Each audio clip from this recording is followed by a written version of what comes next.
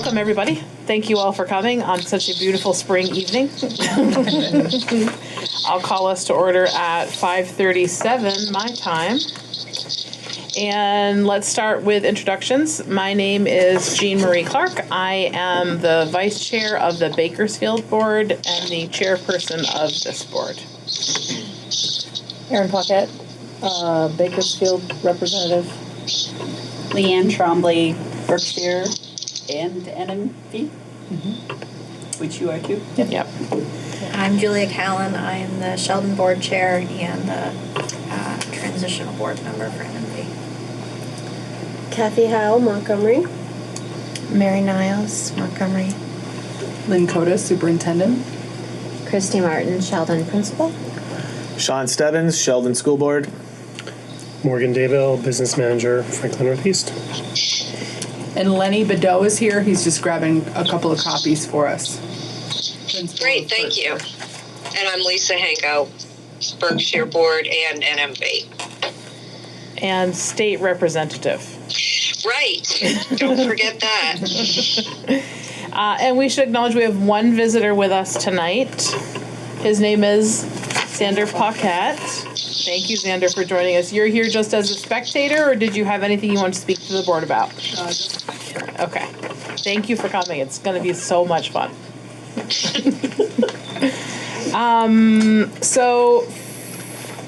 Consent agenda. Any thoughts, questions, comments? Issues with the previous minutes? Oops, sorry. I'll make a motion to accept the consent agenda. Thank you, Lisa. You're welcome. And I stink at this so bad. Questions about the policies, or anybody have thoughts about them? We've seen these before, some of them. You've seen everything under C. This is a second reading Right. for everything under C, and this is a first reading on all of the G and H policies. Did people have an opportunity? We tabled this last week. People have an opportunity to look through any that you want to talk about in particular? Okay. Who's on our policy committee? That would be me. I was going to say, I thought it was Lisa. Yeah. Yes. Is it Franklin Northeast committee or is it So NMV? we will want to get a Sheldon representative on the policy committee as well, to join Christy, who probably doesn't know about our policy committees yet. I don't. Surprise! The first Wednesday of every month during the school year, we meet at 3:30, and we try to put our policies on a 3-year cycle for review.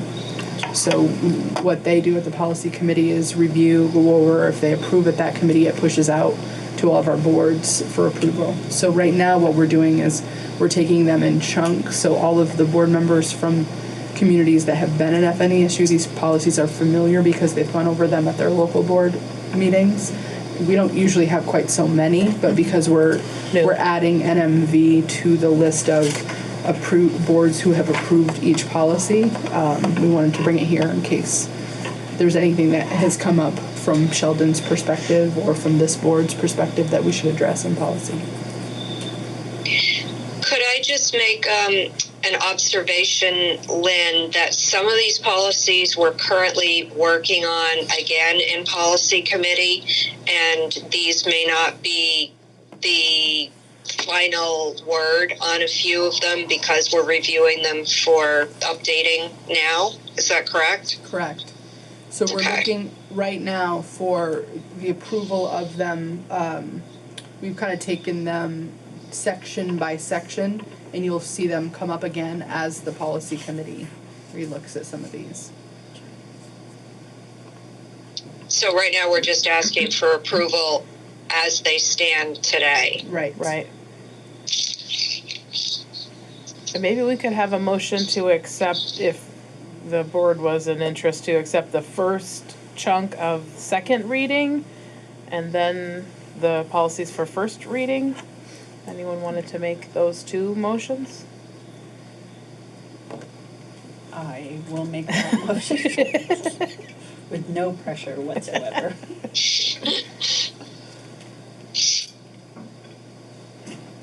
All in favor of the policies under the second reading? Say so. Aye. Anybody against or abstaining? Thank you. Okay. And then a motion for the policies under the first reading? Anybody want to make that motion? Okay. Aaron, thank you. Everyone in favor? Aye. Anyone opposed? Okay, the motion passes. Thanks for stopping by with a coffee. Yeah, there you go. Okay. Any adjustments to the agenda, Ms. Coda? None that I need now. Anybody else? Morgan? Okay. So shall we start with you, Lynn? Sure. So we just met about a week ago. So when we came together a week ago, I went over this document and I just gave you kind of an overview of where we were in the process. So I looked back into it today and I just was wondering, like, do we have new information since the last time we met? And there are a few things that I think we have clarified. There are some places where I still feel like I'm not completely certain, but I'll tell you where those places are. So I tried to go through and highlight. It'll say 4/8/19 update, wherever I'm going to bring your eyes to. So we last time went over where we were with the court proceedings. That has not changed. I think that we're still, it's still in Judge Mello's hand, and we'll have to wait and see what the ruling ultimately ends up being. In terms of legislative action, a few things have changed since we last met. The last time we met, I believe that it had gone over, the Senate amendment had gone back to the House.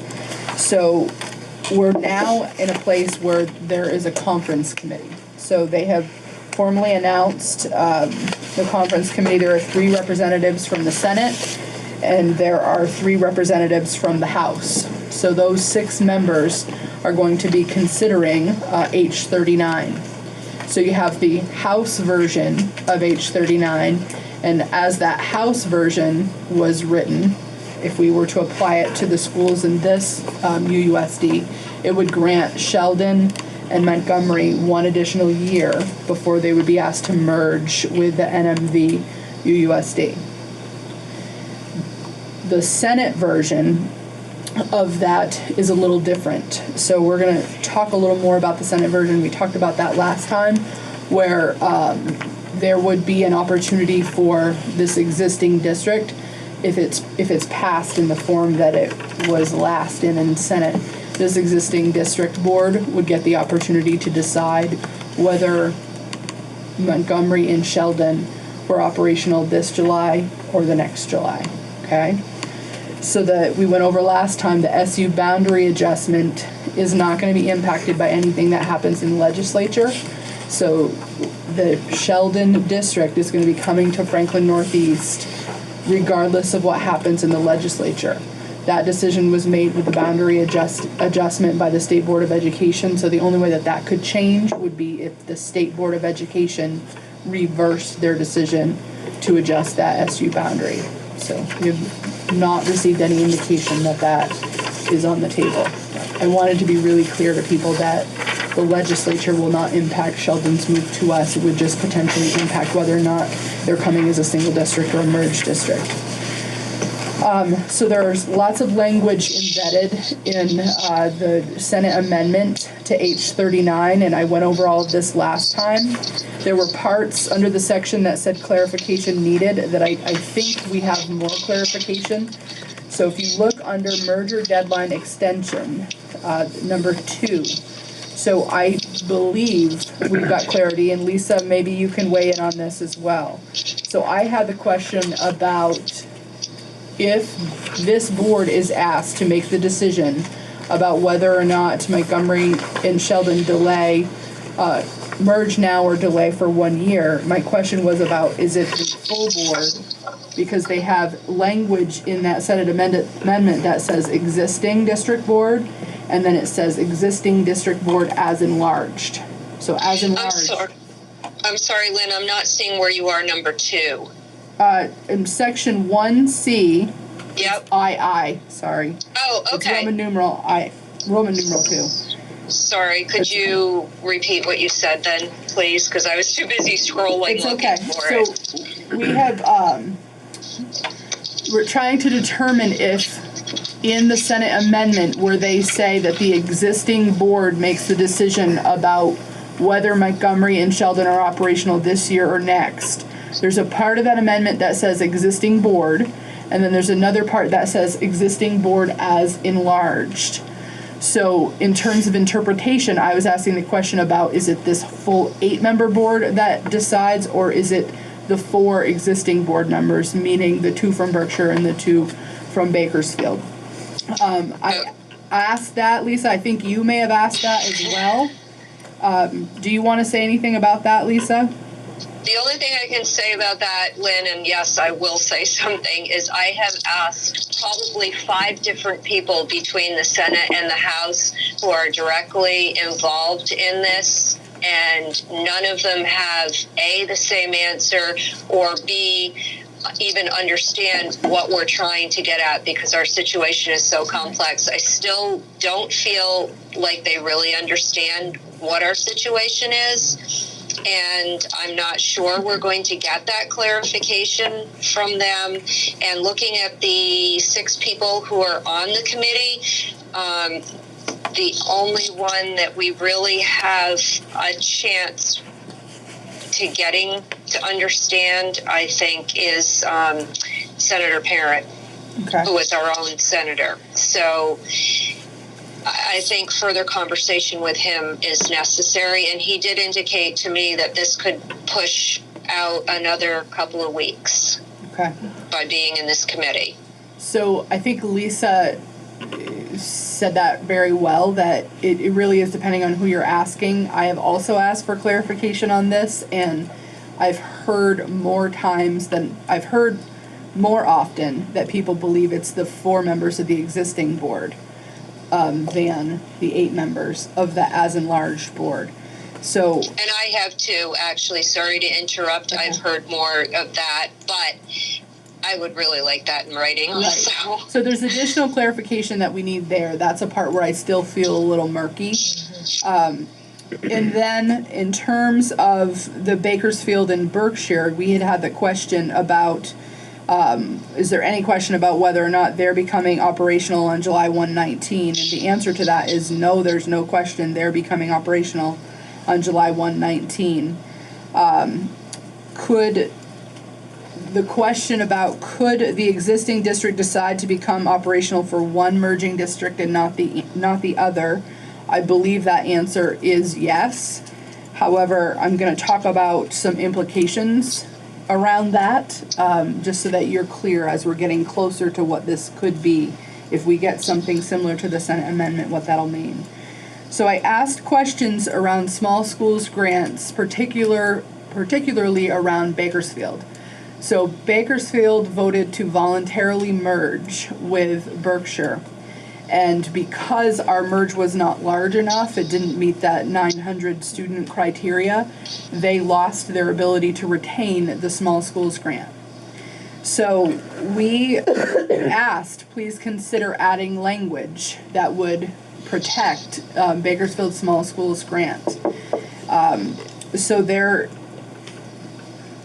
I have heard back about the small schools piece, and I believe in the last version of the Senate Ed amendment to H39, what they added in the bill was that if the merging districts are operational on July 1/19, now here's the clause I'm not clear on, if it's both or one or the other. I'm not sure it has to be both or one or the other. That's still gray for me. But in order for the small schools grant to be protected and converted into a merger support grant, the combined total of Montgomery's small schools grant from 2 years ago, right? FY18. FY18, so Montgomery and Bakersfield, we think that it's approximately $130,000 that would be turned into a merger support grant in perpetuity. So this new district would get $130,000 in revenue in perpetuity in the form of a merger support grant if we're operational on July 1/19. We need clarity on if that means 3 or if that means 4. Okay? So I want to just clarify, note something about small schools grant. So when we did not merge voluntarily all of our districts into that side-by-side structure, Bakersfield lost the small schools grant. Montgomery also lost the automatic small schools grant. The state board then made competitive criteria for small schools grant. Bakersfield did not meet that criteria. Montgomery did meet that criteria. So right now, for FY20, there's revenue attached to Montgomery for the small schools grant because they met the competitive criteria for this year. Now, that they have to apply each year for the competitive grants, not an automatic renewal.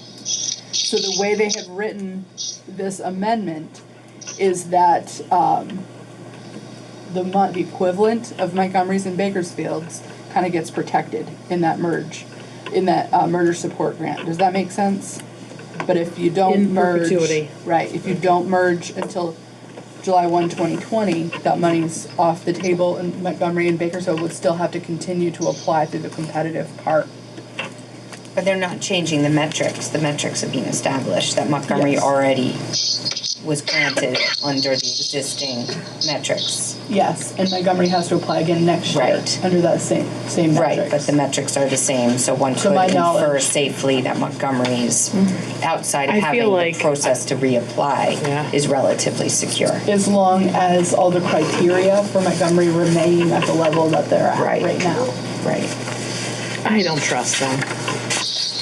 I mean, They move goalposts Yeah, constantly. so, in theory, I think the answer right now is yes, as far as we know, right? But who knows? Yeah, there's no They can crystal change the ball metrics for this, for in sure. 2 years, right? So, are we ready to go on from small schools grant? Does anybody want to ask anything else? I noticed when I was looking at the last version of the Senate Ed amendment that there was language around merging, forming districts. So forming districts meaning like an Enosburg, Richford merge, right? That language is associated with them.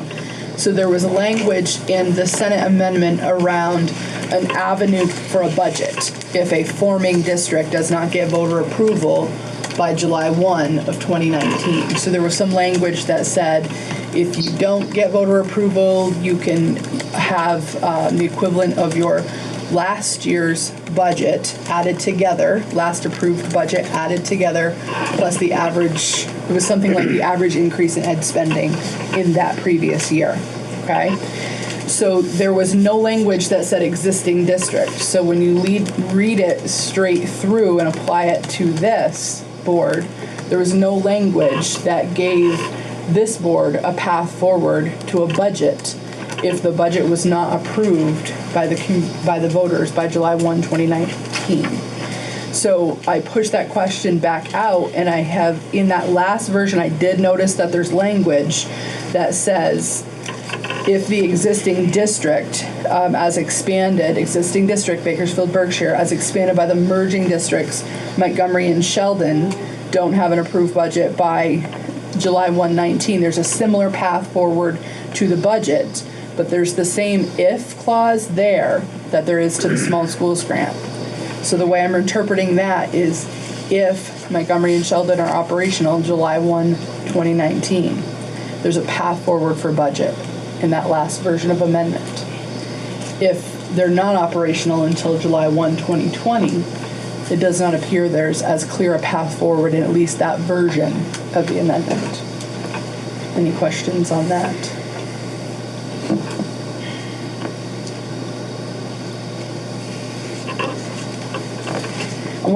I want to go through these every time we meet because I just think that it's important for all of us to know so that when we get to the budget part of this conversation, we all just need to recognize the importance of communicating with our communities, because it will be important for us to be able to be operational, to pay our staff, to be able to move forward on July 1, whether we're all merged together or not. So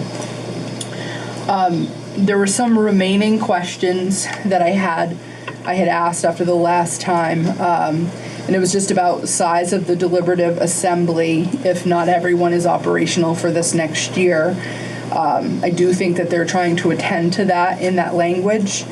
I also asked questions about, is it possible that you're going to have members of the board who will not have students within the system for the next year? And the answer is definitely yes to that. And then in terms of community members having to vote on a budget that's not associated with the actual students that live in their community, and that is not likely that would happen. So if Sheldon and or Montgomery were not going to be operational until July 1, 2020, when there still would need to be an election, because we have the board seat factor that everybody needs to vote on. But the budget part would only the voters in the communities of the schools who would be operational this next year would vote. Am I overwhelming you? Not yet. Sorry. Does it all make perfect sense? Crystal Clear as mud. Clear? Yeah.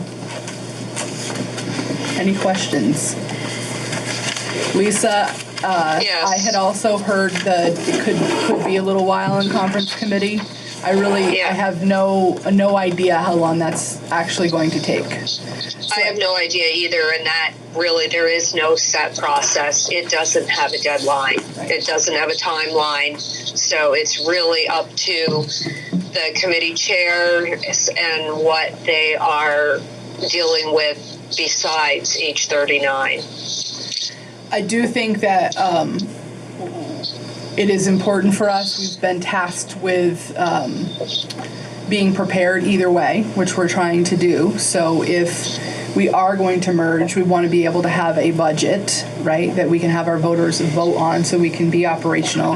And we have these warning periods to contend with. So we don't have the luxury of saying, let's just wait it out and see, because they could be another 30 days in this process and we're that much further into the school year. So we need to be prepared either way. So we're going to talk about a merged budget tonight under Morgan's sections. We're going to be talking about the merged budget of all 4 towns in NMV. So if something were to happen that, we warn a budget for all 4 towns, but then there's a decision that changes the makeup of NMV for next year, we would come back together, we would warn another budget for whichever towns were going to be in NMV, and then we would warn single district budgets for the other towns. Mm-hmm. So know that Morgan has been running this parallel path the whole time, and in terms of Sheldon, he's been working with Laura to run that parallel path there too. So he has your single district budget from Laura, and he has all of the data to share with you tonight about that merged into Franklin Northeast. And assuming no changes from the state board in terms of our supervisory union, you guys will be developing, if we were a single district, you would be developing that budget, correct? Not Yes. Laura, okay. But it's not us in isolation, separate and apart from Laura, because Laura had been working with you guys on that. So I just want to assure you it's... Yep. I'm just wondering Yeah. where it will come from. It'll have to come Right. from us, Right. unless there's something from the state board that tells us otherwise. So I think we have to act as if this is going to happen, because if we wait, the clock is really ticking. Yeah. So we can change course if a decision comes down that changes the path forward. So, Montgomery would not need to warn another budget because we've already passed Right. ours, eh? yes. So I think it depends on how, If we delay merger till 2020, the budget we pass at our annual meeting would be the budget that holds. unless somebody argues that you didn't have authority to warn it, because at that point, we were under the state order to merge. Okay. So, but I think in a worst case scenario, we might have to have another meeting and just reaffirm that vote. That same budget. We don't have to go through the development process or anything like that. Gotcha. But it might be wise just to reaffirm that with the voters, so there's no question once we're into the new fiscal year. And is the expectation for tonight's meeting that we're emerging with the warned merged district budget tonight, or not yet? That That's is my hope. the hope, so that we can begin the process in the warning period to move forward, because that's a 30 to 40 day warning period. So if we wait until, we could potentially have more than one crack at a budget on this side, because you don't have the same double 30 to 40 day warning period that Enosburg and Richford do because of the board election part. So Yeah. It's possible the case will, and the lawsuit will be heard on this Friday. Does that impact whether to warn a merged when we're so close to possibly a ruling from Judge Mello this coming Friday? I wouldn't think so, because we don't know that they're hearing arguments. That's what the last word that I heard is this Friday. Yeah, because we don't know if it's going to be another 4 weeks before you Right. And that, like I said, we can unpack this warning. Yeah. We can stop it, we can rewarn something else, but we have to figure out how to move forward in case that doesn't happen. Yeah. Right, in case there's not a delay. It seems like it's easier to unpack than to start from scratch. Like since we're all here, Right. I would lean towards warning of joint budget this evening, and then if we have to meet again to peel off somebody's, we can do that. So what does that mean for expenses and revenues if a district goes at it as a single district within this? So I think we're gonna get at that under Morgan's with budget. So if we can hold the budget questions just for a bit. So I want to talk just about a summary of staff, if we can move to personnel, because you Can I don't. ask one other question before we move on? I have a question for the Sheldon members, and that you don't have to show me your cards, but I just wonder, are you, what's the word I'm looking for? Working up an appeal to the state board? Like, are you in that process? Like, I don't know how frequently they meet and so forth. If you have a timeline for that, So to not join the SU. we have a meeting tomorrow night where I think we'll talk about a lot of this. I guess the last Sheldon meeting that we had heard from Julie that possibly if Franklin Northwest, so I'm confusing my schools now, but Franklin, Swanton, and Highgate, if they didn't merge, right, and it was decided up here that there would be some variation of merger, that possibly Lynn and Julie might appeal to the state board to not move our supervisory union for the duration of that delay, just because it wouldn't make sense if there was a possibility to remain in Northwest for a year. You know, if we felt like that was the right thing to do, was to give ourselves that time. We had talked about that we had an SU meeting right before one of the negotiations meeting, and that was one of the things that we talked about on that agenda was if, let me back it up a step. So if other acronym, see, I'm doing what you're doing now, it is Right. confusing. If the MVU Yeah. schools, is the MVU SD? Is that what it is called? Yes, I think that's for now. So if they vote to merge, it's super unlikely that the state board Right. would say you can stay with them because they won't be an SU anymore. And if you were to stay, they would have to be an SU. So if they don't merge and Sheldon is delayed until 2020, then we talked about writing that together, and the SU board is supportive of that, and Julie and I have spoken of that as well. But I don't want us to count on that because Yeah, no, I just was trying to get a lay of the land, so I appreciate your honesty, and I know you guys are meeting after meeting. I feel for you. And I think if you're still able to come tomorrow night, we may get some clarity on what lies ahead for Sheldon in terms of making that transition. And when is is there a vote on the books for merging those other school districts in your SU? 21st? They had their organizing meeting. Yeah. So they're moving. I haven't paid attention to the They dates need exactly. to elect, permanent board member Right. seats. And then it'll be that board, under at least the Senate version of the amendment, that would make the call, but kind of hard to predict until you know who's on that board. I know, it's so many moving parts going in so many different directions. It's hard, I appreciate the honesty that all of you guys bring to the table, because it just helps us sort of understand the lay of the land and make the best plan as we can, so. Julie might have more information tomorrow night about where that board might be. Yeah.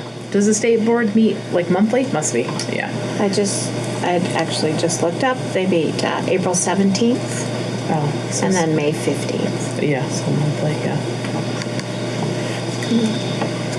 Thanks for the tangent.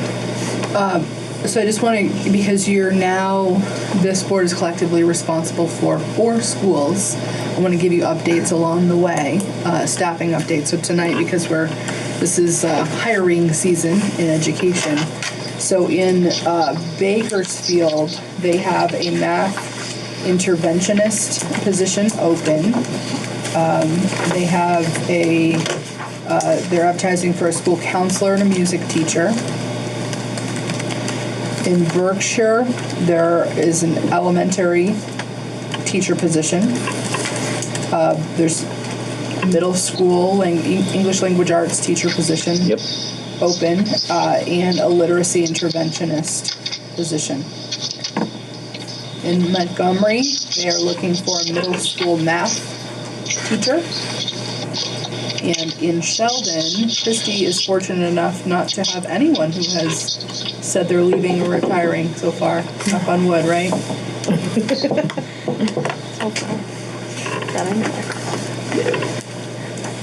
So we're in the process of advertising. I've had conversations with boards about how they're feeling about moving forward with the hiring process, even though we're in this budget place. Did I have this conversation with this board at the last meeting? I did? So. Okay. And you told me to do it, right? Okay. I want to talk a little bit about some negotiations. So we are thrilled to say that we have successfully negotiated with teachers, and we have successfully negotiated with our support staff. We came to an agreement on Wednesday of last week. So I know that the teachers are in the process of ratifying school to school. I know that, I think it's on Thursday in Sheldon. Sheldon teachers had already ratified a Franklin Northwest contract, which we will honor if they come to Franklin Northeast. But they have the ability to choose to ratify ours instead. They kind of can choose between the two as a group, not individuals, but as a group.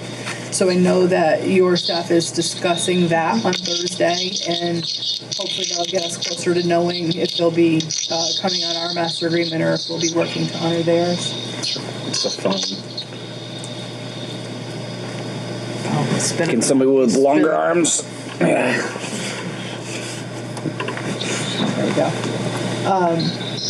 And then in terms of the legislative update, did anybody have any questions on the last one that went out?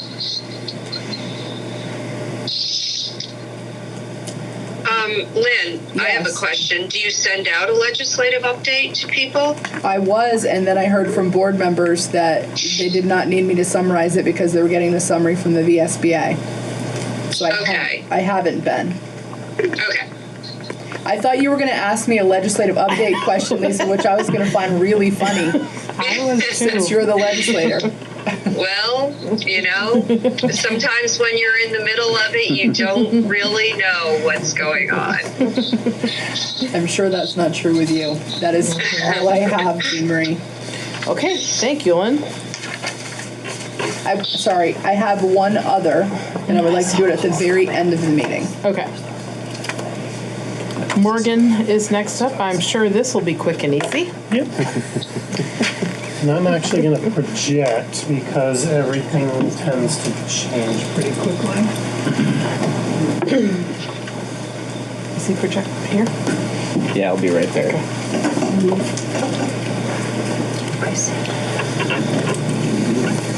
Did you have the?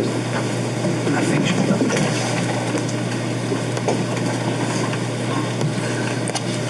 Did try to take out all my sarcastic notes in the last few minutes, but if I missed any, just ignore them.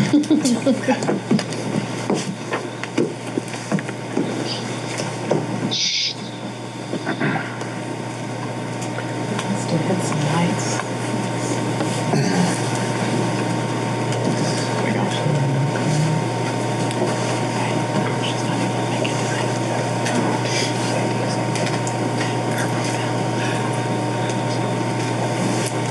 Yes, Plugged in? They should find it. I know, I'm tired. How's that? There you go. So this is a rough idea of the schedule, assuming that you guys are in a position to warn a budget and the board seat elections tonight. Board petitions would be due on April 15th, which is next Monday. If we do warn tonight, we'll send out a press release tomorrow to the papers and try to highlight the fact that the board petitions are due because we want to get that word out there. How many do people need for those? 60, and they can be from any of the 4 towns. But you had a caveat in that email you sent. It was a somewhat complicated caveat. So I think Around- the caveat is probably only for Aaron, because if a delay happens Okay. and Montgomery and Sheldon don't get to vote on seats or aren't part of that budget, then I would guess that the signatures from those towns also wouldn't be gotcha. eligible. Okay. So But you for could you have guys, I Sheldon. think if you're going, you're going to be able to use signatures from Berkshire and Bakersfield. Okay. We would need to warn it by April 21st in the newspaper. We could have the informational meeting at any time. We had talked way back last year about whether it makes sense to do it the Saturday before in a normal year, because in a normal year that budget vote is going to be on town meeting day. This year we could do it the Monday night if you wanted to, or we could do it the Saturday. The budget vote would be May 21st, and the board seat votes would be May 21st. You would know that if that budget passes, you would know that's the budget you were going for if you didn't get a reconsideration petition by June 21st. If the budget vote fails, we could get a second budget vote probably around June 25th. We don't have to worry about the extra couple of days for board petitions, but we still would need to get it in the paper 30 days prior. And obviously, we would need to meet as a group and decide what you wanted to do with a revised budget to bring to voters if it did fail on the 21st. So it is a pretty tight schedule. Before we leave tonight, assuming you do warn, we will need to know when you want to hold the informational meeting and where. And we're assuming that you would, at least the first year, are going to want to hold extra informational meetings in each of the other 3 communities, so that everybody can at least get some questions answered in each town. I'm gonna sound like an idiot when I ask this question, but as long as I've been on the board, our budget has always passed. So a reconsider vote is like if it fails the first time. Correct. Okay. Well, no, a reconsider vote is if it passes, but you get a petition by X number of voters saying that they don't think it should have passed and they want a Okay. revote of it. They only have 30 days to submit that petition for a reconsider vote. Does this actually happen? It does. It has not happened since I've been doing budgets for all the towns. It's in law. It could happen. Yeah. Gotcha. Okay. So in normal years, we would wait until that reconsideration period before we sent out teacher contracts. So are there any Midnight the day questions on the before. schedule?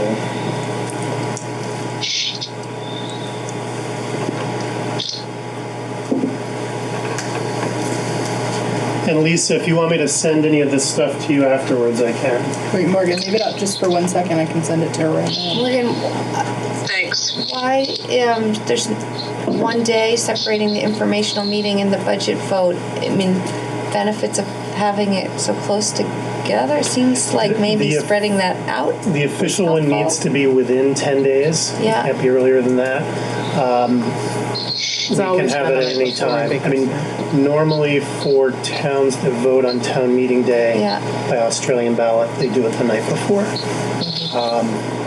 When we are doing this years from now and voting on town meeting day, you probably will not want to do that because each of the towns is also holding meetings that night.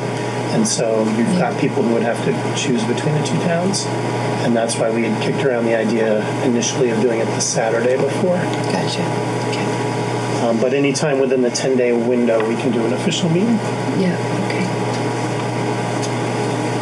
So are you good, Lynn? Yeah, Lisa, I just texted that to you. Yes, thank you. Welcome. So I sent off the individual town budgets to you Friday, and I guess there was some challenge getting them out there. But we will walk through this. I'm going to focus first on the revenue side of things, and then this is for the district as a whole with 4 towns in it. The 4 drivers on the tax rate are your ed spending per pupil, or your ed spending, the number of equalized pupils, the dollar yield, which is set by the legislature, and the CLA, which we won't be talking about here because those remain in the individual town levels.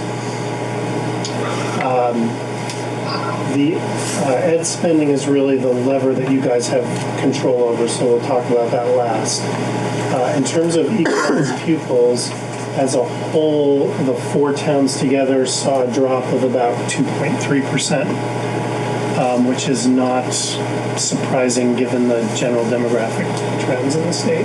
But a drop in equalized pupils will tend to push your tax rate up. The dollar yield is the number that's set by the legislature when they're on their way out of town in May or June. And that really is the figure that determines how much money you can raise for each dollar on your tax rate. The tax commissioner put out this figure of 10,666 back in November for folks that had drafts to look at in January, February. The Joint Fiscal Office was floating a lower number. Lower number means a higher tax rate. Higher number is a lower tax rate. What I have heard most recently is that the Joint Fiscal Office is now saying it's going to be around $10,705. But the folks that I talked to at AOE think that 10,666 is the safer number to use.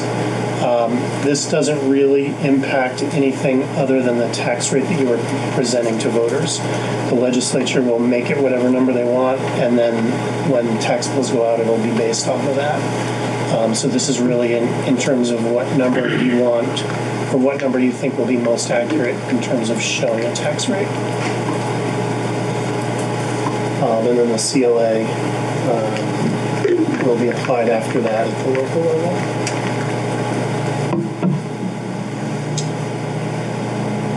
So in terms of expenses in each town, and I'll go through these kind of quickly, and then we can come back to any that you want to. For Bakersfield, they are, as a whole, up just under 2 FTEs in terms of staff. They're basically cutting a little bit more than a para. They've added a quarter-time tech person, cut their music position a little bit. They have a position that is in the building now but was not in the budget last year. So we're catching up and bringing that person into the budget, and that's an academic coach. And then they have 2 new teaching positions in that budget. One is another coach, and one is an interventionist. I think obviously to everyone around the table, personnel is the biggest mover in the budget. And then the next big move tends to be on high school tuition for our towns. Their high school tuition is projected to be up about 1%. So not a huge move, but it is a move in the upward direction. And overall, just looking at expenses, the budgets that we have in front of us is up 3.1%. And that should be basically what I sent out on Friday. In Berkshire, we've got some different moves, and Lenny can chime in at any time that he wants to. We're basically up 2.5 people. So up a half-time gym teacher. Up 2 paras. Just a budget, correct. The version that you saw over the weekend was up actually 3.5 people. Lenny and I did some poking around in the budget, and we were able to bring that down. They have 2 areas that have pretty large drivers this year. One is around high school tuition. They have a very small 12th grade class graduating, and one of their big bubble classes in 8th grade is going to high school next year. We've also got some pretty significant increase in your elementary school budget. That is largely around some fairly specific student needs. For kiddos who are not on IEPs, and if we need to go into detail on that, we would want to do that in executive. But that's something that we're predicting for Berkshire for next year. If there's anything else that you want to tip to in that budget. I think you covered it. So their budget up as a percent is 9.5, but half of that, or a quarter of that is high school tuition, and a quarter of that is those student needs. I was just trying not to talk much about. In Montgomery, there is a reduction of a half-time custodian position and a paraeducator that were in the budget last year. And they actually saw a pretty significant drop in terms of high school tuition.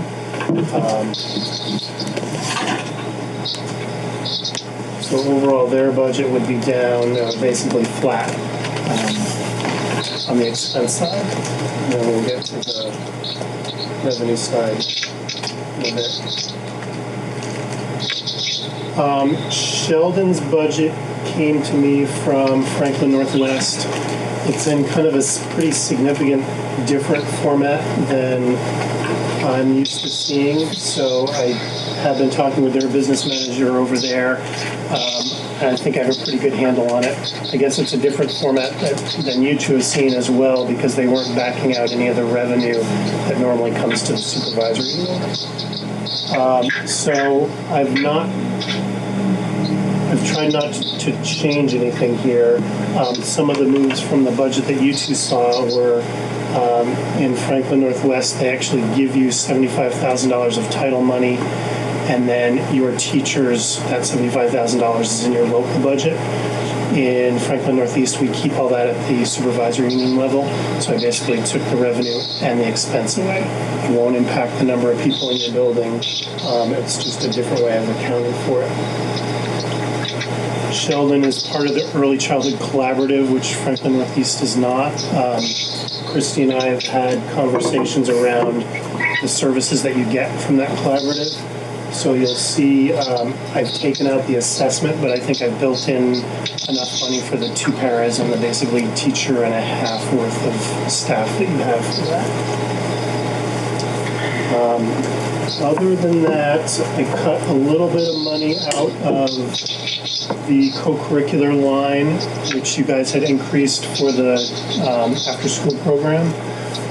We, both Franklin Northwest and Franklin Northeast, have been writing for the 21st Century Grant. to fund the after-school program. I believe the programming is similar, but the funding stream is maybe a little bit different.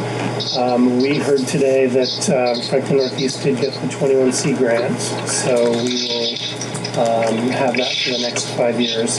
And I'm basically taking the coordinator's numbers from our office about what she needs from local buy-in to support that program. And my understanding is that the programming is basically the same, it's just the funding. So there's a little bit of a reduction there. And then other than that, it's the two assessments that you guys are used to seeing from Franklin Northwest, both for central office and for special ed.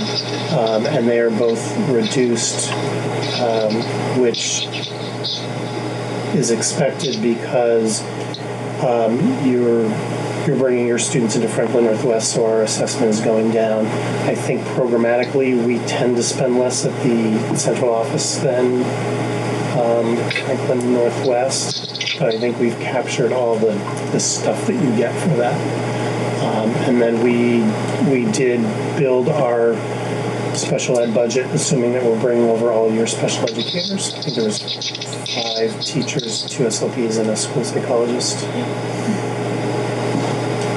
And Morgan, where in the Sheldon budget is the $1.7 million bond that was approved? There is $43,000 here for debt payment. Okay. So The length of that bond is how long? I assume it's 20 years. They're all first year's interest only, and then every year, yeah, we'll have principal.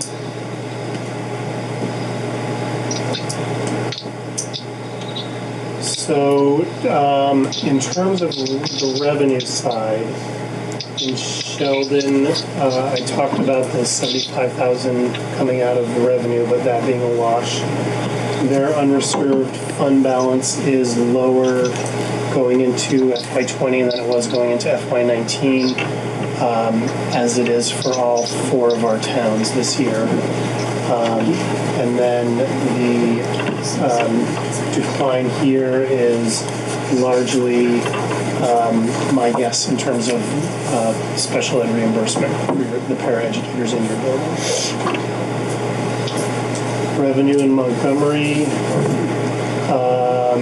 again, is largely due to the unreserved fund balance dropping from one year to the next. In Berkshire, similar story, unreserved fund balance. And then in Bakersfield, it's both unreserved fund balance, but also the small schools grant coming out.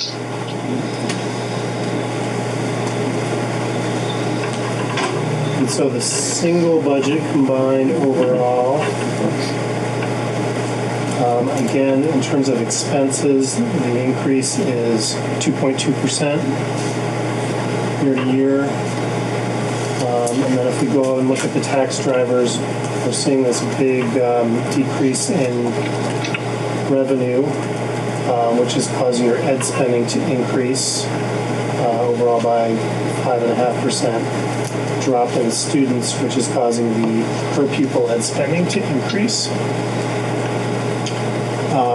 One number I would Is that 14, that's per pupil now? 14,885? This is the per pupil ed spending, 14,241. This number over here in green that I want to call your attention to, if the Senate amendment passes, or if the Senate amendment, at least in terms of the budget protection, if you don't have a budget, passes, this is roughly the number that you would get to use instead of this $15,104,000. So there's about a $200,000 or so difference there. That isn't necessarily $200,000 of expenses that you'd have to cut, but it would be a combination of $200,000 of expenses or revenue, or some mix of the two, if you're operating under that imposed budget cap. That number's not final, but what I'm hearing is it's going to be just under a 4% increase. And that'll change a little bit as more budgets are warmed and passed, but I doubt it will change much. So the tax rate, if you look at compare the combined budget from last year, if everything were the same to the budget you're looking at now, the tax rate overall would be a drop of about a half a penny. The big driver for that is the dollar yield, which is still to be set by the legislature. If the 10,705 number comes through, it'll be a little bit of a bigger drop. And we can talk when we get to the end about what number you want to use to present to folks. This is not the drop that anybody will see individually in their town, because FY19 you were still all on single budget votes.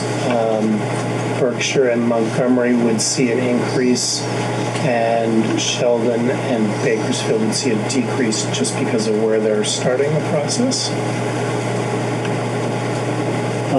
And then if you're looking at this number, the $1.33.5, if you were wanting to move that by a penny, you would need to change this budget by about $113,000.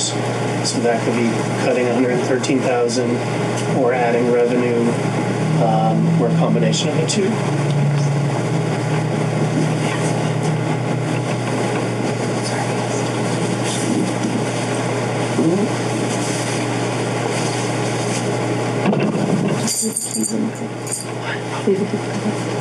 So any questions on that?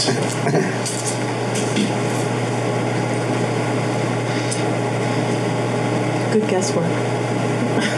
We'll see.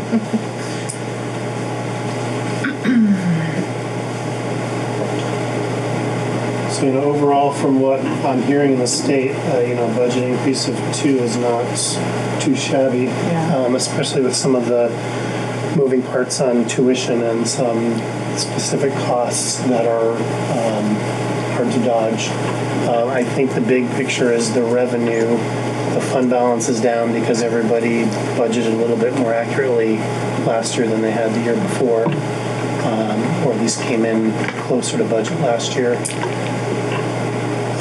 For Leanne, who is here, and Lisa on the phone, Berkshire had been using some unreserved fund balance to help with the bubble classes in years past.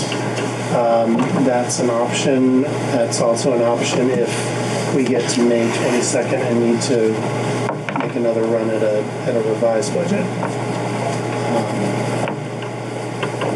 Morgan, it's not entirely related, but can you help me understand how, if one of the overarching goals of Act 46 and merger was kind of a containment of cost and kind of a improvement of offerings, and now we are looking for at a 14,241 per pupil spending, which is thousands of dollars more than Montgomery has had historically as one of the lowest per pupil spending in the state.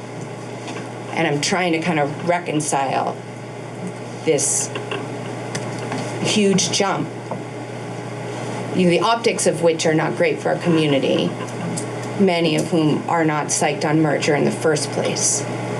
But so I see that it doesn't necessarily move the tax rate because it's spread out among many more taxpayers throughout the 4 towns.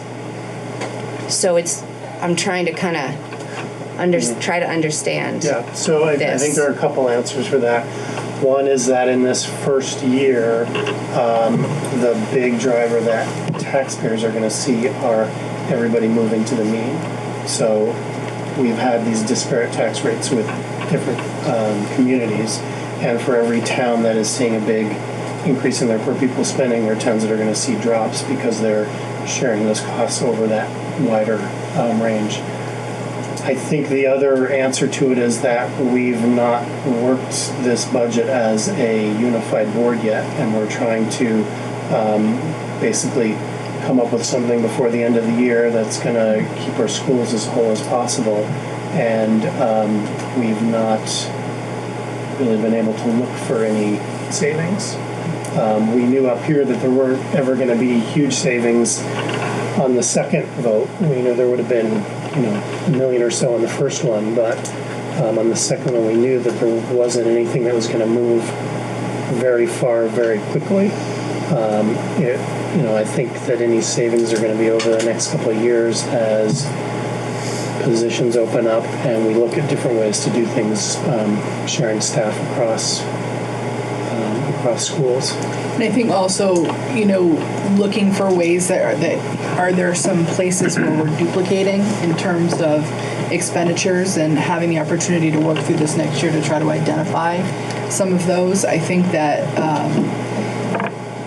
I understand the optics and I understand that there are people that don't want to merge. I don't think that at this table, though, we're gonna change that part. I think what we can do is look at all of the goals of Act 46 and all of us at this table looking at this as a whole, that we now have 4 schools in the middle of this table and looking not only at the efficiency part, which we already were pretty efficient in terms of being below the county average and below the state average in our per pupil spending. So we're going to continue to keep our mind's eye on the efficiency part, but then also looking at the equity and the opportunity part too. And are there ways that we can increase those opportunities for our kids by working collaboratively with one another?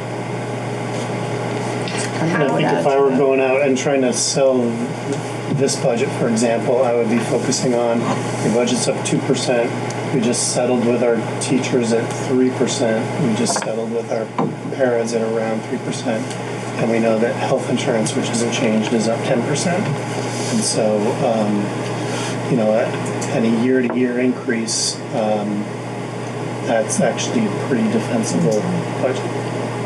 Right, and I see all of that, but I still, when you look at the Montgomery single district budget and our per pupil spending, and this merged budget and our per pupil spending, without on the ground yet realizing any kind of, broader kind of improvements, access, equity issues that have yet to kind of come to fruition, it's a big jump.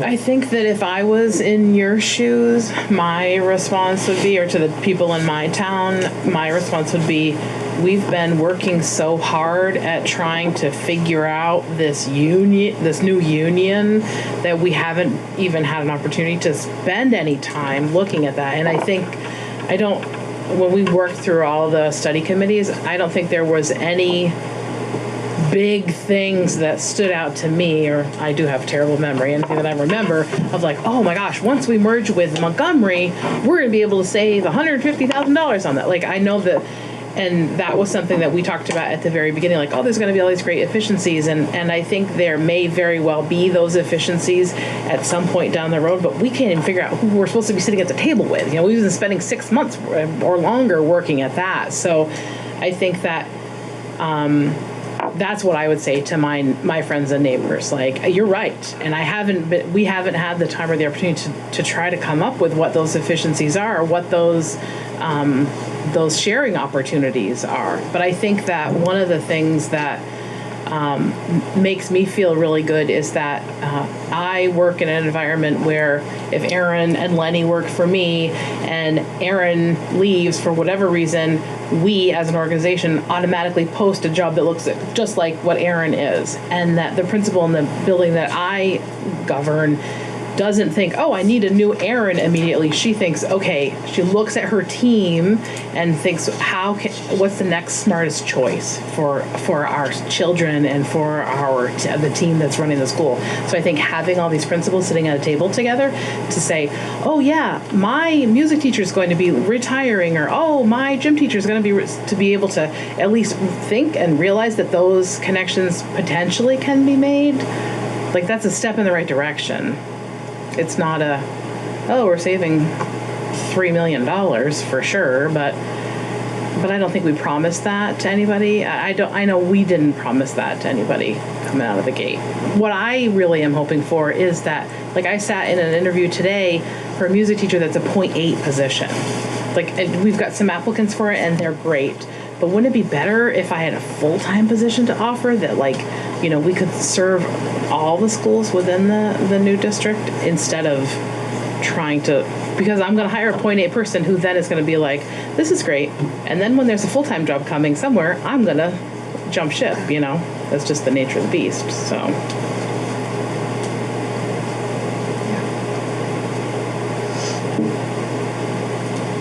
How, I don't know how to ask this question. How accurate is this budget in the sense that when we're budgeting next year, if we didn't make a lot of big changes like staffing or supplies, you know, whatever, if we didn't make big changes, how can you make a guess as to how close this budget would be to what we would need?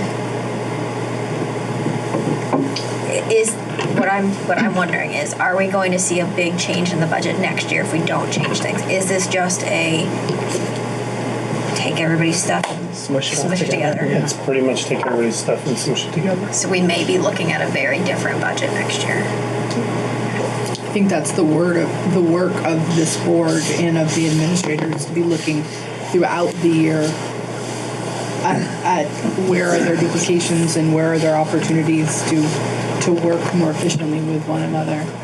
But I don't think, I mean, there's been barriers to that work for this board for many months. So I know that it feels like we're in that position now where we're having to put it together, but this board wasn't able to meet for almost 3 months. So I'm not to excuse it, it's just we're going to find those efficiencies in the coming year as we're moving forward with this process.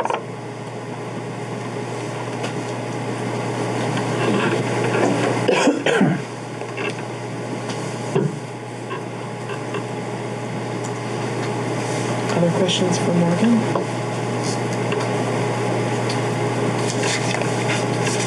Are you looking for a motion to approve? At some point, I would love a motion to warn a budget. I'm happy to tweak stuff on this one on the fly. I think, you know, other than what I've walked through with you, we've been over this, at least in the 3 Franklin Northeast towns, in the individual communities a couple of times, and certainly with the principals there. You know, based on talking with Christy, I think we're good on the Sheldon side, and I think we've figured out what we need in there. That's the piece that's most nervous to me, because I don't know, I don't really know what assumptions were made in building this budget. You know, I know from being in Montgomery, the assumptions we're making with tuition kids. I know in all the towns, the assumptions we were making when we were negotiating with teachers. I assume that Laura's guesses were pretty solid, and that if there was something dramatic that she found, you guys would know about it. You would know about how we knew about it.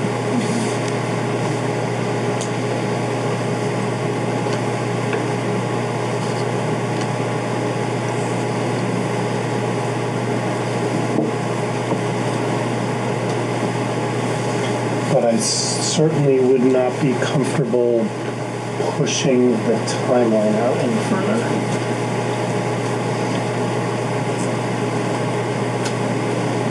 Yeah, we're at the end of our time. Yeah. I was going to ask you about this, but it's okay. No, never mind. It's okay.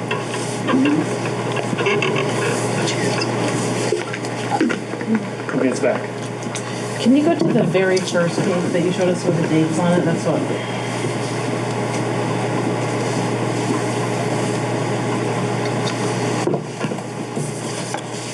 Yeah, to be in a timely manner and to get contracts out, and, well, contracts are out, but to have money before July 1, it's... Contracts aren't out yet. So is there, I'm trying to think, you can hand out something, right? Or you can't hand out anything until the budget is passed. That is not what you guys told me the last time we met. You told me that we Yes, I just want to make sure. Yeah. So contracts are going out. My hope is after the SU meeting on the 16th, they're the last board for me to meet with, and I'm meeting with Sheldon tomorrow. Okay. Is there one more later this week? I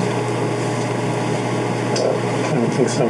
Okay, so I think that Sheldon and the FNESU boards are the last two to ask that question.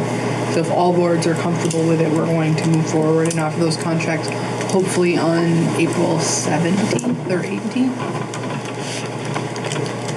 And when are we, what's the timeline for when they're due? I forget that. I think it's 15 days, 14 or 15 days.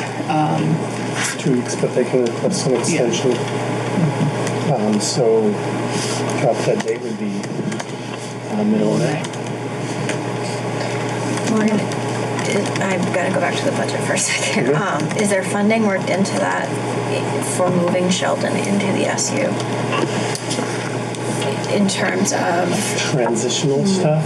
right, like if we, and I know we're going to meet tomorrow and hash a lot of this out, but if we decide tomorrow, oh my gosh, we need to hire a company to merge all the tech or the special ed or whatever.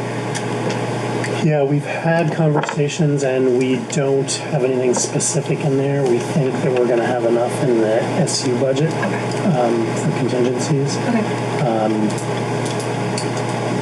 That is one of the things that people who voluntarily merged in the first couple of phases of this work. There's quite a bit of merger support money that went along with those phases. Now we're kind of in the last phase and we have a shorter window and we don't have any of that additional money. So we're relying upon our money that we have to be able to do this work at the SU level.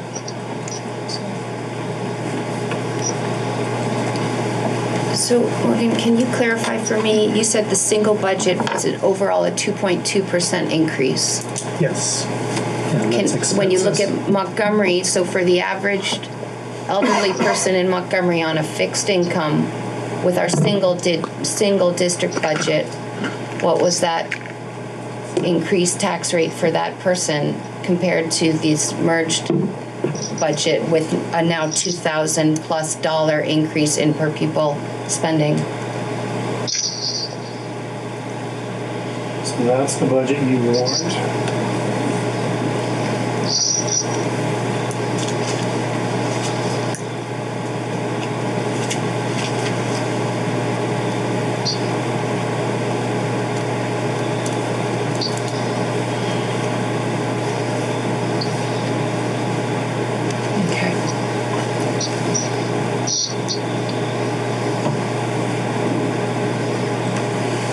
Do we have tax rate impact per town for the merged budget? I can probably come up with it. I think I've got your CLA somewhere.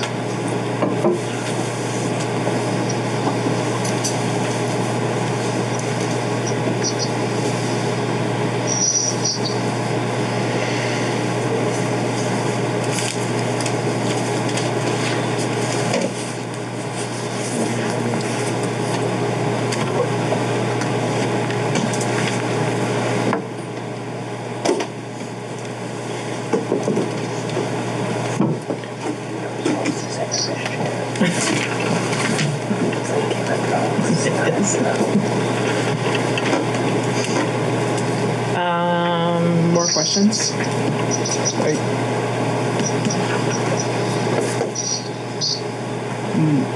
Thoughts on making a motion? May I just ask if Morgan said he was going to put together a tax rate chart? I will certainly put something together that's going to go out in whatever format we share with voters. Okay. I assume Julia was talking about more like now. Which I'm working on. If it's easy. So I think That's fine. When we're talking about this, I just want to take a moment to acknowledge the work that Morgan has put into these budgets. One budget is difficult enough, let alone this many budgets, and especially coming in different formats. So thank you, Morgan. I really appreciate that. You're welcome. So Jean Marie, you're looking for, or we're looking at making a motion, correct? To warn this NMV budget, which I would happily make. Okay, thank you, Lisa. You're welcome. And assuming there are changes because of a delay, it is possible to untangle. Yeah, if any of these districts are not going to be part of the NMV district on July 1, we're going to have to at least rewarn a budget. I don't know if we'd have to rewarn the board seats or not. So Morgan, in that case, you would basically just back out that town's data from the NMV budget as warned and as voted on, if that were to happen. So whichever or both towns, and we would warn their budgets separately. Is that correct? Unless there was something dramatic, good or bad, that had happened in the meantime in one of the other towns. So if we knew that you were, family of tuition kids moved in or moved out, we would adjust it for that. But, barring that, yeah, we would just back out the one or two towns that were not going to be part of it. Thank you. Discussion on the motion? So the motion should have a dollar amount in it. Did you want to? Unless you're changing it, is 16,295, 883. Lisa, was that the number you meant to include in your motion? Yes, absolutely. Okay. All those in favor of the motion signify by saying aye. Aye. Those opposed? Aye. Thank you, Mary. Anybody abstaining? Okay. Motion passes. Thank you. Thank you, Morgan. Okay. Can I ask Yeah, please. a logistics question about the elections? Supposing that there were not two people from Sheldon who submitted petitions in time for the ballots, what would be the process at that point? So they could, those positions could be won by write-in. And I would imagine that it's probably about 30 votes that you would need, but I'm not sure of that. If nobody wins a seat, then it's this board that gets to nominate someone, and it would have to be a resident of that town. And that would be like a board-appointed person, or would it have to be voted on? It would be a board-appointed person, and then they would have to run at the next annual meeting. Thank you. So that could be the next budget vote if the first budget failed, or it could be, hopefully it'll be next March. Gotcha. So for numbers, tax rate numbers, and I haven't double checked them yet, but Bakersfield would be $1.35, Berkshire $1.30, Montgomery $1.29, and Sheldon $1.33. And that's because Montgomery's got the highest CLA, and Bakersfield has the lowest. And are any of those significantly different from last year's tax rates in any of those towns? Yes, Montgomery's is going to be higher and Sheldon's is going to be lower. I think Berkshire and Bakersfield are all pretty close, which makes sense because they were the two that were in the middle. Thank you.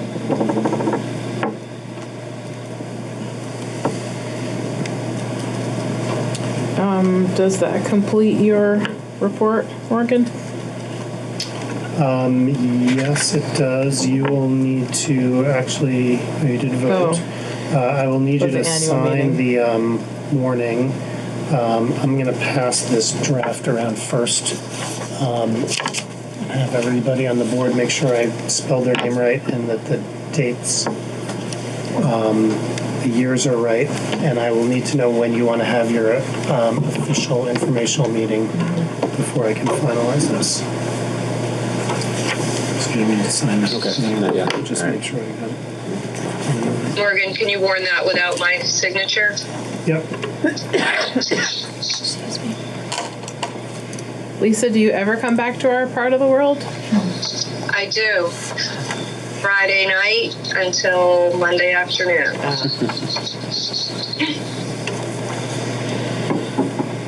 And I enjoy every minute of it.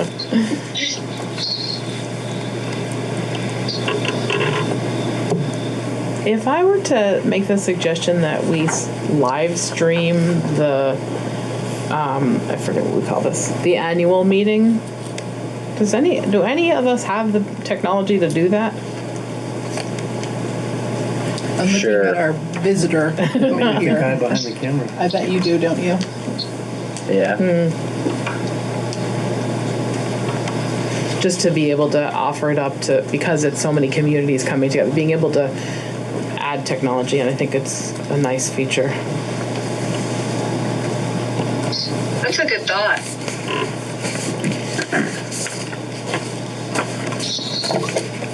So, I can't be at the annual meeting if you hold it on the 18th. I'll be at 2 graduation ceremonies.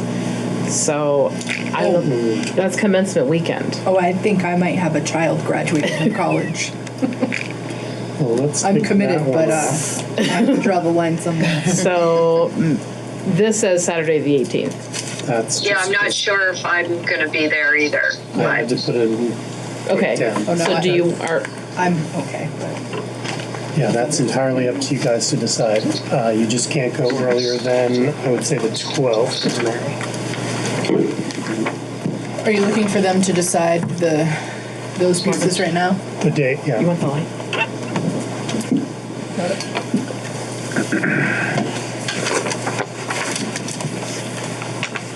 We do need to decide the informational piece now. Can you just call out what those dates were? So the election is May 21st, which is a Tuesday.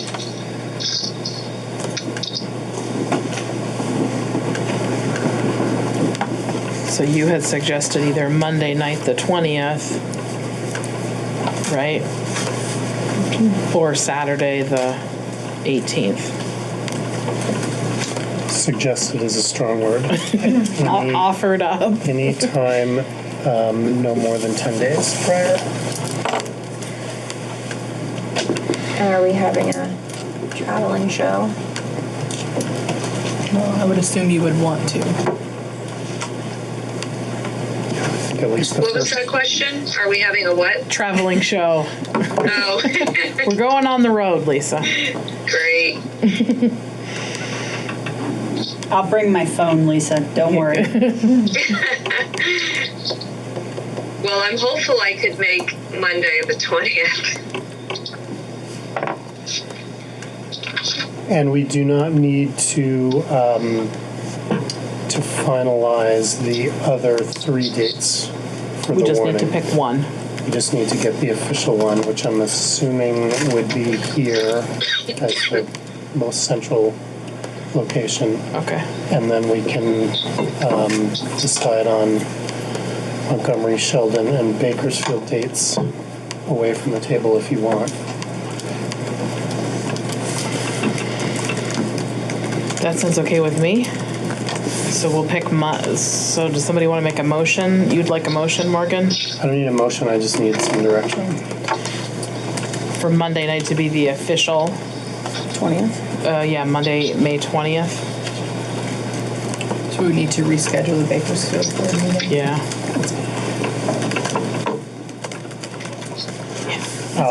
What time on Monday?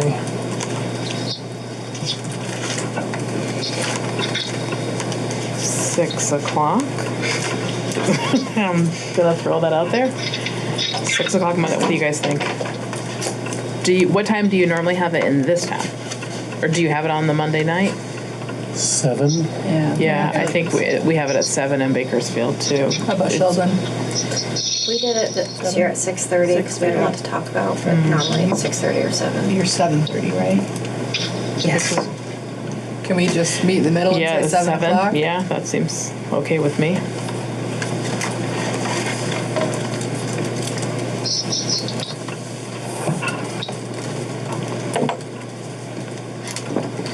Okay. Is there anything else we need to vote on for you, Morgan? I don't think so. Okay. I will take a couple of copies of these out. Do you want to take a crack at those other 3 meetings? I know how fun it is to try to align calendars while everybody has it open. Yeah. So the expectation is that, like, if it's in your town, you'd be there, or what's the thought? Do you have a thought on how to? Would it be, you'd like us to all be at all of them? I think you should have a conversation about, I would hope you'd want to at least have representation at these meetings, but that's up to you guys as a board, because this is going to be the mind shift that we have to keep working at as a board, is this is not yours and yours and yours. Right. Like, this is our new community. So you are representing, and you're getting the opportunity to have some face-to-face time with people in your other new communities. So I think that it's not a bad idea for you to be at those meetings, or at least a representative group at those meetings. Monday the 20th is at Berkshire. Yes. Yep. Informational meeting should be before. Informational should be before that 20th. That is the 21st. Oh, The 20th is the official information. so the next 3 should be after? Before the 21st, yeah, because we'll vote on the 21st. So if we did it one on the 18th, Saturday the 18th, like, I know I can't be there, but if the rest of you can be there, You could possibly do Sheldon's if Sheldon representatives are going to be available What day? Saturday. on the 18th. I if you're can't be there, talking about but the 18th. I you think can't be there. Saturdays are rough. Okay. Okay.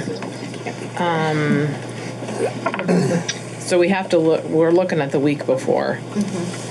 So we have a Bakersfield meeting scheduled on the 13th, do we not? We have a At NMV Yes. at Bakersfield, or is that not at Bakersfield anymore? no. Well, We're not entirely sure where. Well, Okay. we had originally talked about shifting to all 4, but given this the time kind of frame. the obstacles we've had, I just went back to shifting between Bakersfield and Berkshire until we knew with certainty Right. about Sheldon and Montgomery. So we could decide, you can tell me, where do you want to Well, be?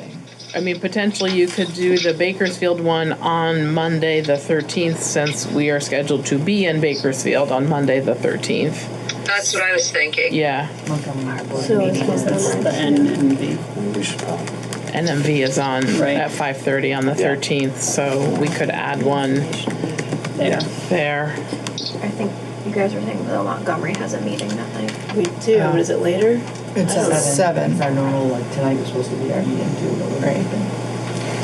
We might have to talk about figuring that out for the reason we're always going to hit that. They're landing on the same yeah. nights. So it used to be that Morgan and I were the two that had to divide the meeting, but it's harder now. That one, our meetings are going to be longer because there are more of you at the table, and Right. 2, we have Montgomery representatives on this board now. Right, you're all. So it's Sheldon, you guys are meeting on the 14th? Yep. And that'd be best to do that then. Yeah. What time is your Wait, meeting? am I I'd do it. looking right? Yeah, it's think it the would be- second. Yeah. The 14th. The 14th is the second Tuesday, so that's our regular meeting. What time do you meet? At 6. 6. At 6. We could possibly shift our meeting earlier to accommodate an NMV meeting at 7. Yeah, or I was gonna, like, you could have it at 5 or 5:30. I don't know.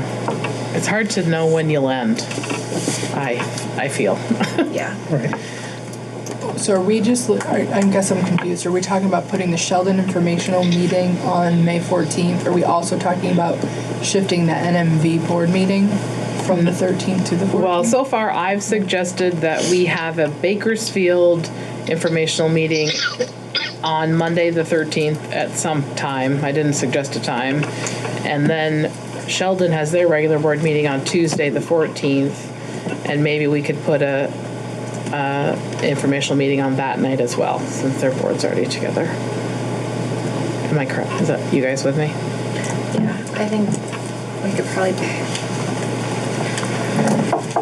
pare down our 14th agenda for Sheldon.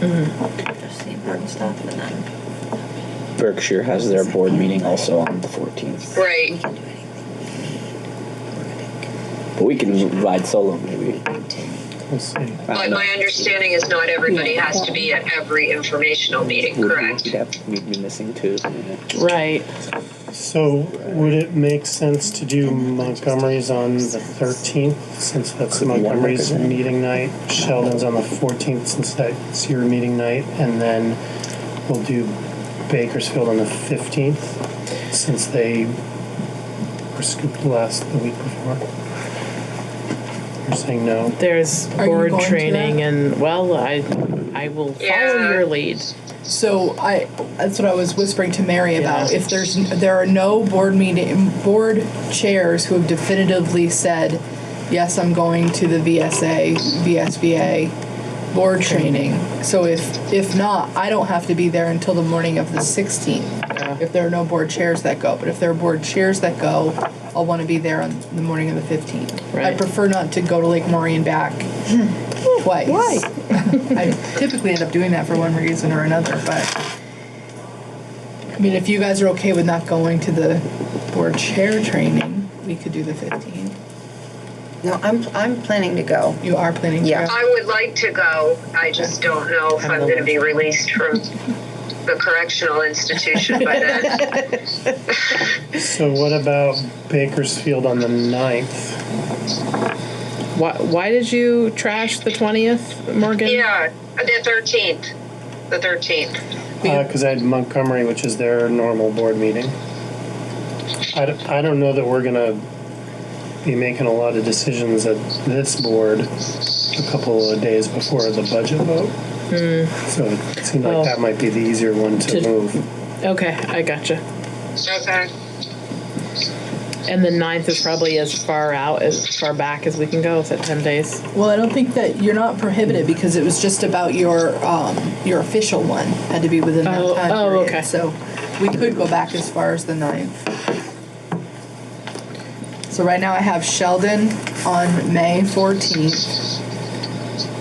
I am hearing the 9th for which town? Bakersfield. I will not be there. Can others be there on the 9th? Bakersfield? What day is that? Thursday. I can. One Yeah. time. Tuesdays. We're still thinking Thursdays, 7. sorry. These are tough ones, Sean. I'm coaching, so I'm already missing for my board meetings and parent-teacher conferences and things, so I can't really miss a lot more. Yeah. Do you think there are enough people that could be there for May 9th? I could do. Can we get a quick show of hands? Like I could do the 9th. I Aaron? just need a time. Is it still 7? 7? Yeah.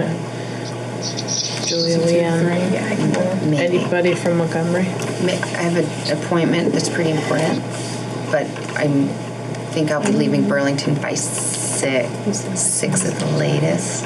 So you- Oh, and if I'm only going as far as Yeah. Sheldon, right? Bakersfield. Not Bakersfield. Yeah.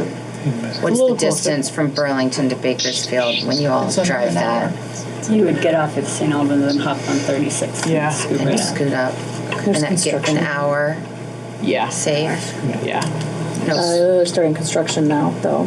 I don't know okay. how long it'll take. I should be able That to, road. I should be able to Yeah, be there. okay. Maybe 15 minutes late. That's okay. Okay. So, okay. We have Bakersfield on the 9th. at 7, we said. Yep. So where are we putting Sheldon? That's the last Well, one. you just said May 14th, Sheldon. Oh, I I just did. need Berkshire's date. At Montgomery. 7. Where are we putting Montgomery? We're the 20th. Yeah. We're the official. Oh, that's right. On our school board night. In the regular schedule. Can you go over those times again, Sheldon? Is at what time? So, I think we're saying all the meetings are at 7, right? Okay, good. So Sheldon on the 14th, Bakersfield on the 9th, Berkshire's as the official meeting site on the 20th. And then, Mary, are you saying the 13th for Montgomery? well, I guess we could do the meeting at 7 and then have our board meeting after, which would be late. But that would be would we still be having the NMV meeting? Because that would be a stretch. Yeah. Be able to stay for less than an hour. I think we would bag the NMV meeting that night, Yeah, and we would warn it for a day or two after the budget vote. that makes sense. So we're looking at canceling that. Well, then in that case, why don't we warn, why don't you start maybe do our board meeting before? Right. Like, do ours at 5, so that we're not there till midnight. Okay. Or 5:30. 5:30. And then the informational meeting at 7. And then if we don't get through ours, but I don't think we would have that much business to attend to.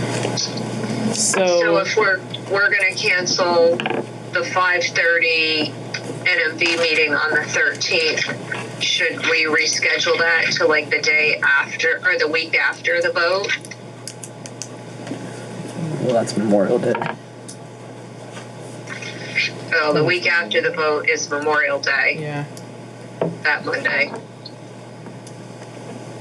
Could we do it on the Tuesday, the 28th?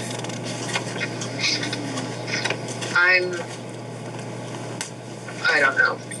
I'll let everybody else speak because I don't have a clear picture of what the end of May is going to look like. So just to recapture this, May 9th, Bakersfield, 7 o'clock. May 13th, Montgomery, 7 o'clock. May 14th, Sheldon at 7 o'clock. You guys are okay with that? Mm-hmm. Okay. And then May 20th in Berkshire at 7 o'clock. Okay. Cancel the May 13th NMV meeting. And cancel the Bakersfield board meeting on the 20th. 20th? Yes. And would we want to cancel Berkshire's meeting on the 14th at 6:30? Yeah, maybe. Unless you're going to meet for 15 minutes and then drive to Sheldon. Nope. It's fast, probably not. Not that fast. And let me just clarify this again. If we can't make any of them, we should try to make our own or make one if we can't make all of them. Make as many as you can. How Yeah. about that? Okay. In theory, how long are you on the books there till? Like, what's In theory, May 9th. May 9th? In in reality, we could get called back anytime. So, who knows? Okay. Plus, I have a real life that might happen in May. No, let's not get crazy here. Okay. Are we ready to move on? Did you need a motion? Did we decide if we want to reschedule NMV? We decided we would wait on that for the moment. Okay. Don't or do? Okay, are we ready for principal reports? Okay, we will, you do that. Well, she can go first. Anissa is not here tonight. Lynn, did you want to say anything about hers? It's old news for us. Let me find it. You said there was a math position open at Bakersfield, which made Aaron and my eyeballs leap out of our heads a little bit. I didn't know that. We knew about the music and the Did I say math? You said math interventionist. Yes. Did I say math interventionist? She said math in Montgomery. No, as I wrote it down. Yeah. It's okay to make a little error every now and then, Lynn, because there's a lot Yeah, going you said on. math So interventionist, it is music, it's and an a counselor. interventionist position, and she's hoping to focus it in math. It's not replacing anyone. Okay, it's new. Right. Okay, gotcha. It was a position you previously had Last that year. never got filled. Yeah. That she's hoping to fill this year. Okay. That's my only question. I know that right now she's looking to fill music and guidance. Guidance, yeah. I think that, in terms of building and grounds, I don't think there's anything major for this board to consider at this point.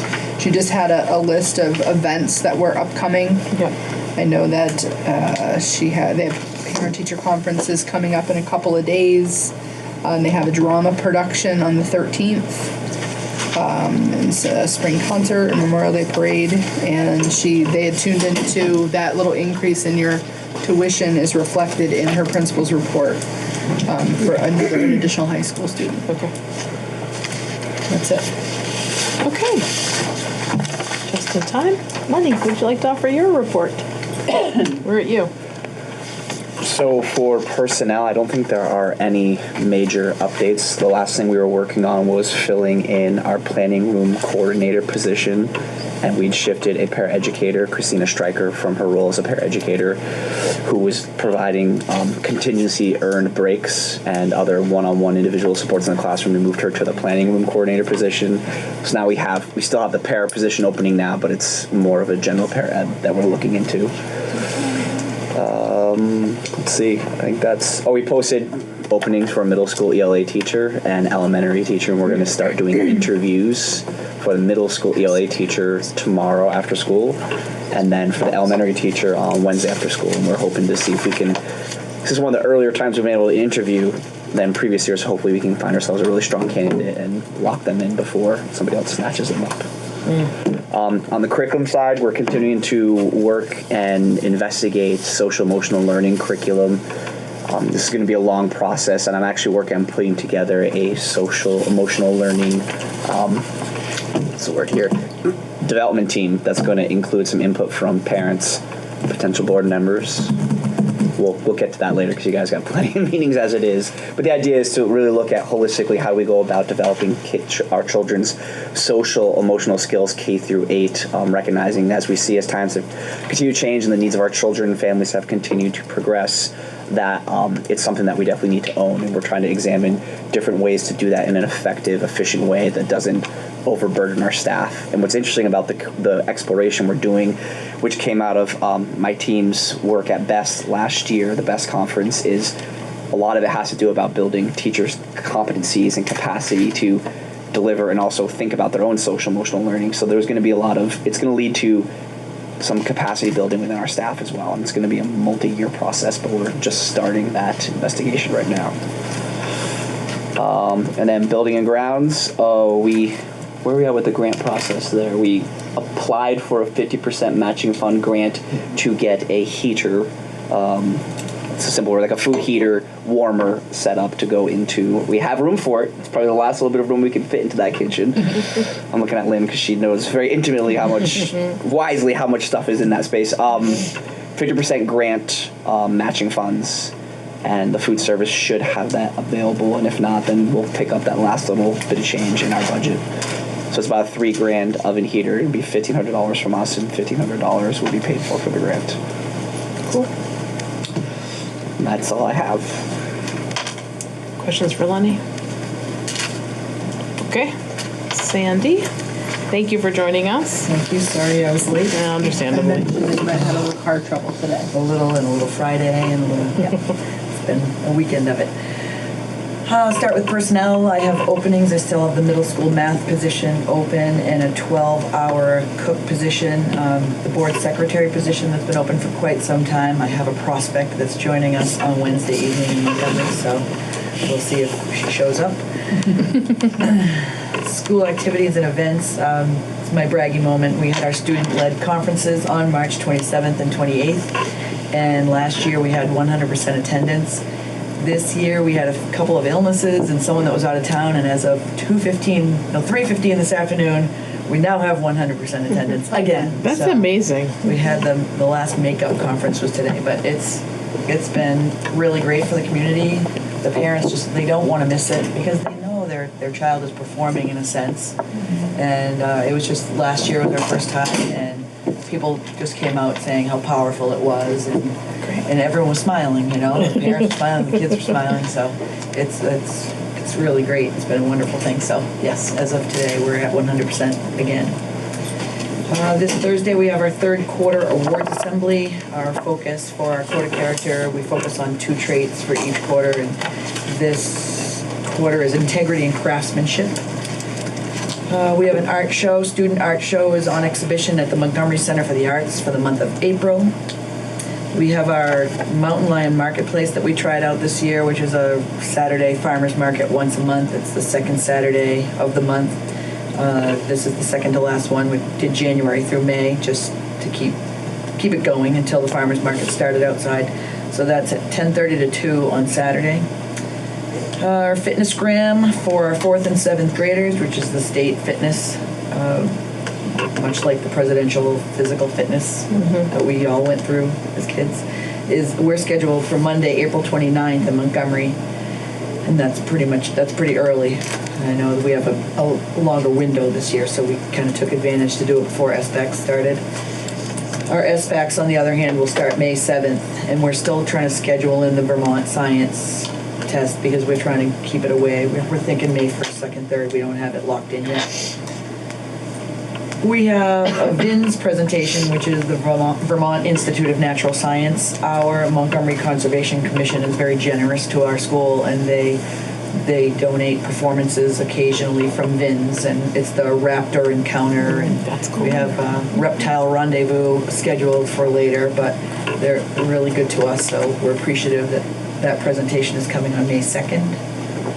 And I sent this off to print and had one last thing to put on for the events, and that is that Staff Appreciation Week is the week of May 6th, which is, we always recognize our staff. I'm sure everyone does, but it's a fun. We have fun with it, I will say. Other than that, under other, I have Marty Valander or someone from the Grateful Treads biking group that's coming to Montgomery to give an update on the bike trail that they put in last year. Extension of the bike trail, I should say. Do you have a grant that's impacting your bike trail? They did have a grant that they've already used it. And well, you have a grant. Oh, that's the nature trail. Yes, nature trail, not bike trail. Yes. So we applied for a grant through the AOE, but also the money is coming from the Vermont Lottery, and it was a $15,000 grant that was geared towards like a makerspace, some kind of that technology oriented, and we ended up putting a team together who put together a pretty nice proposal to have an integrated kind of nature trail where the students will go in. We have a good amount of woods between our property, the school property, and the Montgomery Rec Department property. And there's already a path that goes through there and a little river with a bridge and so forth. But this is meant to be, which it's going to be a process because I'm not the technology queen, but that's why there's the team, to have kind of a trail that identifies trees and birds and whatever kind of ground cover, mosses and things like that, and insects and whatever. And it's supposed to be one of those, you'll be able to press a button and it will talk to you. So the students will do all the research, and we do have Kurt Valenta. I don't know how many of you know Kurt Valenta, but he's pretty popular around here, and he's coming we're doing some preliminary research with him, just a couple of teachers, and to get some ideas on the table before we put together the plan for next year. But it's all yes, we just found out that we were awarded that grant, and then our parcels are beginning to arrive because they ordered all of the materials. We put the budget together in the wish list, but they're ordering everything, and we're instructed exactly how to open it or not open it. They want to come and take pictures and do a big production, so they'll be coming in May to do that. So that's it for me. Thank you. Questions for Sandy? Okay. Christy? Well, 3 members of our school leadership team were just accepted into the Waddington Leadership Initiative Cohort 9 group. And Cohort 9, instead of being a leadership opportunity for individuals, it had to be a leadership team. So we're one of 10 groups, and that starts summer of 2020. Our students are... Can I just ask a question on that? So what roles, you have 3 people that are going to go, what roles are... Yeah, so it is 2 of our... It had to be the principal, and then it'll be 2 of our instructional coaches.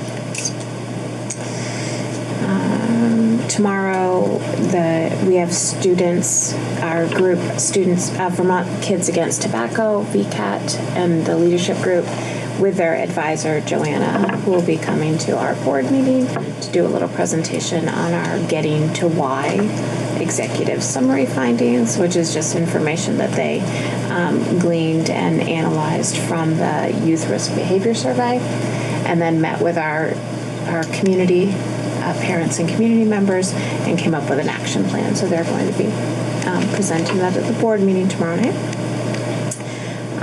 On April 17th, our 5th and 6th graders will go to MVU's dress rehearsal of their production of The Addams Family.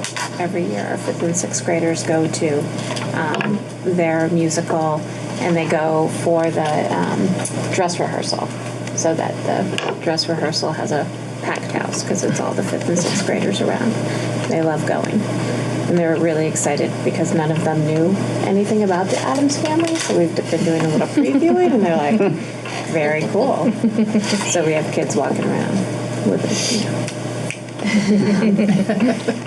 Our PTO is doing Active April, and they have a number of wellness events. So we did volleyball last week, Zumba over the weekend. We have self-defense tomorrow during our board meeting, actually. So sneak out and watch for a minute. Handy skills to have. Yeah. A Drums Alive presentation, participation. And then we wrap up with family fitness games and yoga on the 18th. So that's all sponsored by our PTO. And then we have our own whole school celebration. We'll focus on the trait of responsibility, and CHAMP is coming. That's on the 19th, right before vacation. People will be really excited. They love it when he runs around. And Staff Appreciation Week. And then on May 10th, we do a Celebrate Moms in the morning we do Munchkins with Mom. Just 7:45 to 8:15, but kids bring their mom or someone, and they can bring whoever, really. We hang out in the gym and have donut holes and juice. That's about it. Questions for Christy? Thank you. Okay. We're at the last item. Does anybody have anything else they want to say before we get to the finish line here? So I need you to go back to me and executive at the very end. Okay. Are we setting future agenda items? Sure. One thing I wanted to possibly broach for the next meeting would be to look collectively at the original articles of agreement. A lot of the districts, many of whom are plaintiffs in the lawsuit, are kind of now coming together in their organizational meetings. Our structure is a little unique as far as you all have been organized. We're not really having an official organizational meeting because you all have been a district now for well over a year plus, operating under those articles of agreement. But what some of the newly formed districts are doing is taking another look, and especially kind of with an eye towards school closure and some of the kind of more contentious kind of things that are concerning communities, especially the smaller communities. Mm-hmm. So I would love to just take a look at them and see if there's room to kind of tweak, embed more protections around school closure, change any look at the language. It's been a while, our voters did not vote for that particular set of articles of agreement. So just kind of to honor, this part of the process, I'd really like to just take another look at them and just really get clear about, especially around the school closure and some of the that particular issue. Those are published already, right? So you could already dig into those. I feel like not that I'm not saying that we can't look at those, but I thought we were really protective of our towns being able to close schools. And I mean, we can look at them, but they state that the towns have to vote in order for a closure to happen. The towns of the schools we were looking at. So we were very careful writing those articles of agreement. Right, and I was at that table, part of crafting those for sure. For me, it's been well over a year, and since I've looked at them, and I don't think that this, I haven't done it in concert with the rest of the board here to just make sure that moving forward, we feel good about it collectively. I think for us too, because we didn't have a place at the table at that point, it would just be good, even if there's nothing to be changed, to go over them as a group, as a collective for schools. And Sheldon really wasn't even part of crafting those at the outset. They were crafted on your behalf. Which I think was one of the reasons why, and the perks of sitting down and coming together and doing that. So we did that work. I'm having a hard time that we have to come back and relook at something that we and our voters have agreed on at this point in time when we're still trying to get people at the table. But that's just my thought process. I feel like we did our job. We came together. We got our towns to come together and vote. We set those articles of agreement up to protect our towns and our schools, and that was one of the perks of moving forward at that point in time. I'm sorry that you guys are being forced into this, but that was something that we did. And I personally don't want to sit and talk about them when we have budgets and other work to do. But I'm one voice. I think there is a unique, and I think Mary mentioned this, when you are a forming district, a lot of the other communities that are in this situation aren't joining an existing district. They're a forming district, so they don't have articles of agreement that their communities have voted on. So they're all in this situation where they're taking those default articles and they're looking at them and then trying to apply them to their situation and figure out if they want to make amendments to the default articles. I think what the ask is not necessarily to assume that there's an amendment to be made, but to look at the default articles in their entirety. And I know that I sent those off to you guys. I think you made that request, and I know that Montgomery has seen those default articles too. But I'm not sure that I'm hearing that there is necessarily a need to amend. There is a process that the board could go through if there was a desire collectively as a board to amend them. But I think what I'm hearing is an ask to look at them as a board. It is not. Can I also clarify that there are parts of those that we're not allowed to change? You're right. Is that correct? You're right. Well, without the voter approval. So anything that was in Article 1 that was voted on, they were written on the ballot, those can only be amended by voters, by your electorate. So anything else the board can look at and consider in terms of your board having that conversation. And actually the school closure piece, I believe, was in that first article. I think so. Yeah. That's correct. Yeah. I don't see any harm in asking Doreen to send them out, or you send a message out to all of us, Lynn, pointing us to where they are, so at least everybody can have a fresh view out of them. It's been a while since I looked at them. Right. And I thought that I remembered, and I might have been looking at something very different, but I thought I remembered them being sort of specific to at least Bakersfield and Berkshire, and I think Montgomery was included in some of them, but I know that Sheldon was not included in any of them. So Right. we have to relook at them anyway because we have to add some language around board seats for Sheldon.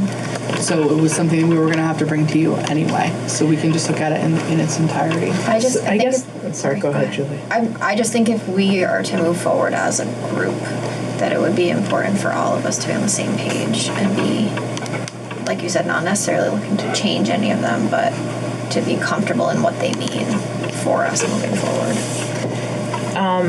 So I guess my question is, when is the right time? Like, just because of all these other, balls in the air, like, is that something that you want to put on the agenda for? Not, we don't even have a date in May. I don't feel a pressing urgency. Yeah. I just feel like at some point it warrants kind of collectively looking at them, especially because Sheldon wasn't even involved in crafting them at the outset. And there are more important kind of budgetary issues kind of first and foremost to tend to. And we don't even know yet what delay may or may not look like.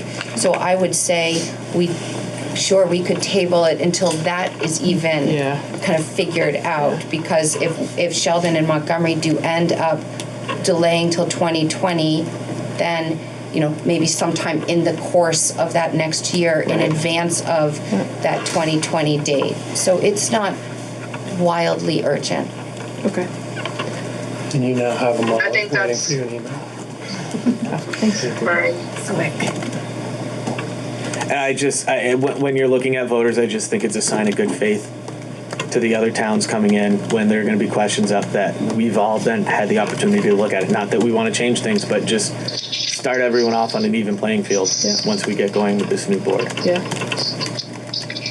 I think Mary's suggestion is good, that we wait and see some of the immediate things, how they shake out in the next month or 6 weeks. And then I'm sure at your level, Lynn, you'll probably want to take a look at them and then send them out to all of us at some point for us to look at them as well.